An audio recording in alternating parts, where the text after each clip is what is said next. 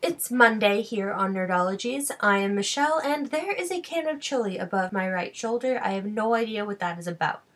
Moving on. So last week we all talked about who we are and our majors and the fact that we're all ology majors. And I mentioned that I'm an anthropology major and the internet fascinates me and the way it relates to anthropology.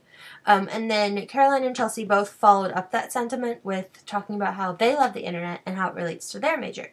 So then Caroline suggested that we all talk about a little bit more about that and why the internet fascinates us and why it has and what it has to do with our major. So I thought that was a brilliant idea, especially because I had no idea what I was talking about today. So basically, there's a little bit of like Anthropology 101 we have to go over. And that's the fact that there are 4 different types of anthropology. Physical anthropology is the most well-known because of the show Bones, and she's a forensic anthropologist, and forensic anthropology is a subcategory of physical anthropology. Then there's linguistics, which is the least known of the anthropology subgenres, categories, whatever. And that's the study of languages. Then there's archaeology, which is the study of past human cultures. Please, please, please do not call dinosaur digger-uppers archaeologists. They're paleontologists. But anyways, then the 4th subcategory is cultural anthropology, which is current cultures. And what cultural anthropology does, what a cultural anthropologist does is they do these things called ethnographies, which is where they study a culture and then write a paper about that group. So an ethnography is a compilation, I can't speak this evening, but I'm still doing a one take. But anyways, ethnography is like 10 pages or 20 pages, however long it's going to be. It is basically a packet of a glimpse of that culture in that time.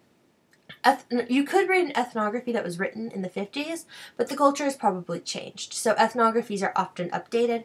But anyways, I would love to someday write an ethnography of the internet, or maybe some part of the internet, because the internet is so vast it can't fit into 10 to 50 pages. But so that is why anthropology and the internet fascinate me, because of the cultural aspects. Our culture has changed so rapidly. The internet is so incredibly new. I know some of you are like, the internet's been around forever. Like, I've never known a time without the internet. And I'm in my mid-20s. I remember the day we got the internet, but I was really tiny and it was already in school. I hardly remember a time without internet. And people who are younger than me, like, they've always had the internet.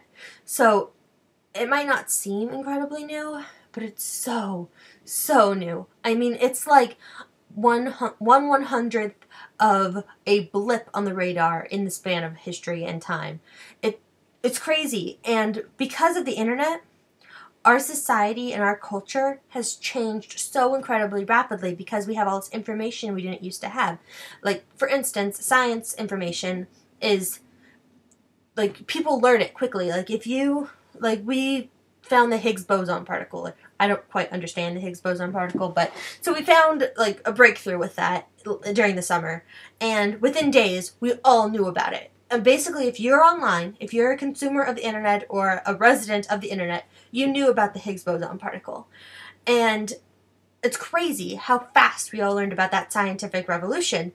But, like, when we found out the Earth was round instead of flat, it took, like, over 100 years for it to be vast knowledge worldwide that we all accepted as being a fact. So it's crazy how the internet has changed the way that information is disseminated, and then from that, how we use that information. We have so much things that we have access to. I'm getting a little bit passionate about this, and my mouth is not working. But anyways, there's so much knowledge we have access to and we can use, and then that changes our world. Things that we might never have learned about, we learn about, and then we take that knowledge and then we use it to change our world even more.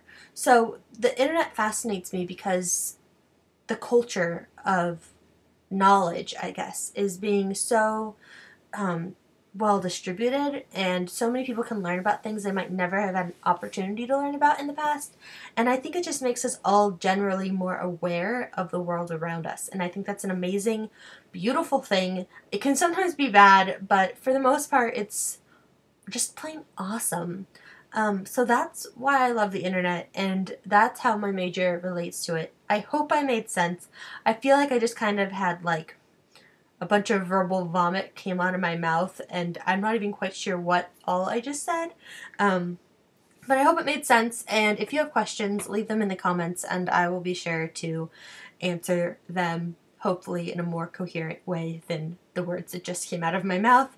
Other than that, have a great week, everybody, and Caroline, I will see you on Wednesday.